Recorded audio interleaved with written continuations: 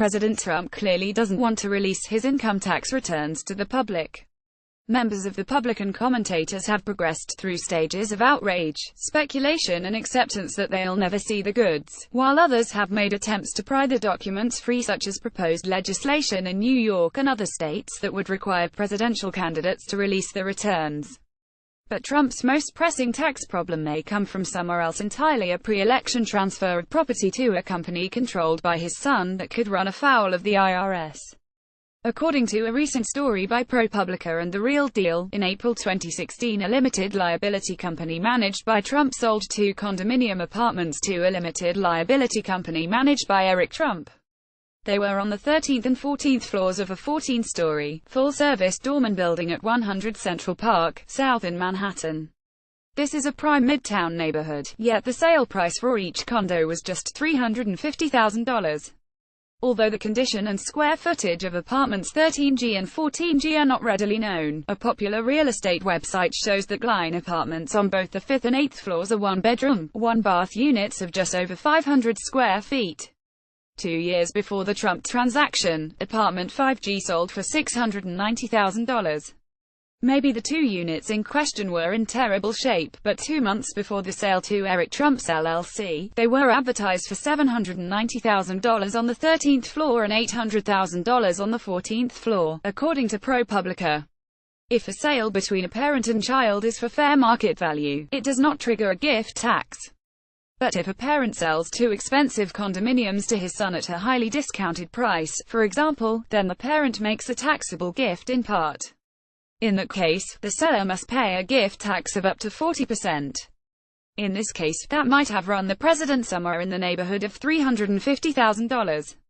Each taxpayer has a $5.49 million lifetime exemption. A married couple has a combined $10.98 million exemption, meaning you can give away that much money without incurring the tax.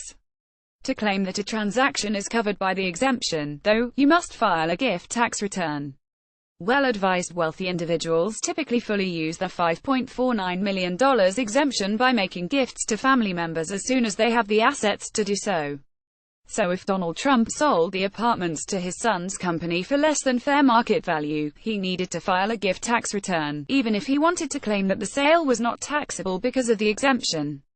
The government wants to know what gifts people make, because gifts are taken into account when determining the value of a person's taxable estate at death. If Trump had already used his exemption, he would owe gift tax on the difference between the fair market value of the apartments and the amount paid by Eric Trump. It's possible the president filed the right paperwork, but without a full release of his tax returns, the available evidence suggests he hasn't.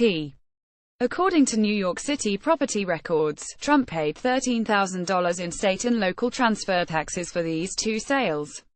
That is the correct amount for a sale between strangers.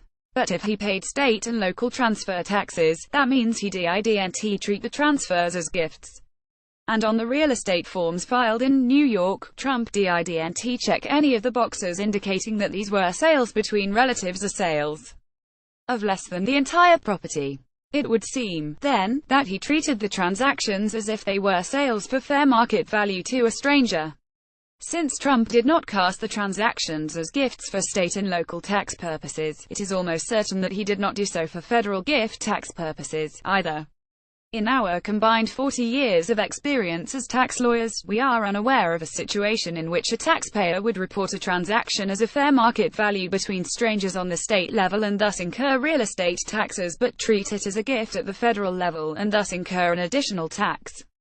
It's fair to infer that Trump didn't follow the rules. Willful failure to file a tax return, including a gift tax return, is a misdemeanor, punishable by a $25,000 fine, imprisonment of up to 1 year or both. Fraudulent failure to file, meaning an overt act of evasion, may elevate willful failure to a felony. That carries a fine of up to $100,000, imprisonment of up to 5 years or both, along with the costs of prosecution. According to internal guidance provided by the IRS to its agents, factors indicating potential fraud include repeated contacts by the IRS, failure to cooperate with IRS agents or employees, knowledge of the filing requirements, offering implausible or inconsistent explanations, substantial tax liability, and refusal or inability to explain failure to file. Presidential income tax returns are subject to mandatory audit. The IRS can decide whether Trump's transfers were truly gifts. If they were, which seems likely, Trump's failure to file a gift tax return opens him up to penalties and fines, or even criminal charges. Perhaps such a charge wouldn't go anywhere, since the president must consent to being indicted by a federal prosecutor. But tax law would permit them. Twitter @ProfessorTax @ProbCrawford. Read more from Outlook and follow our updates on Facebook and Twitter.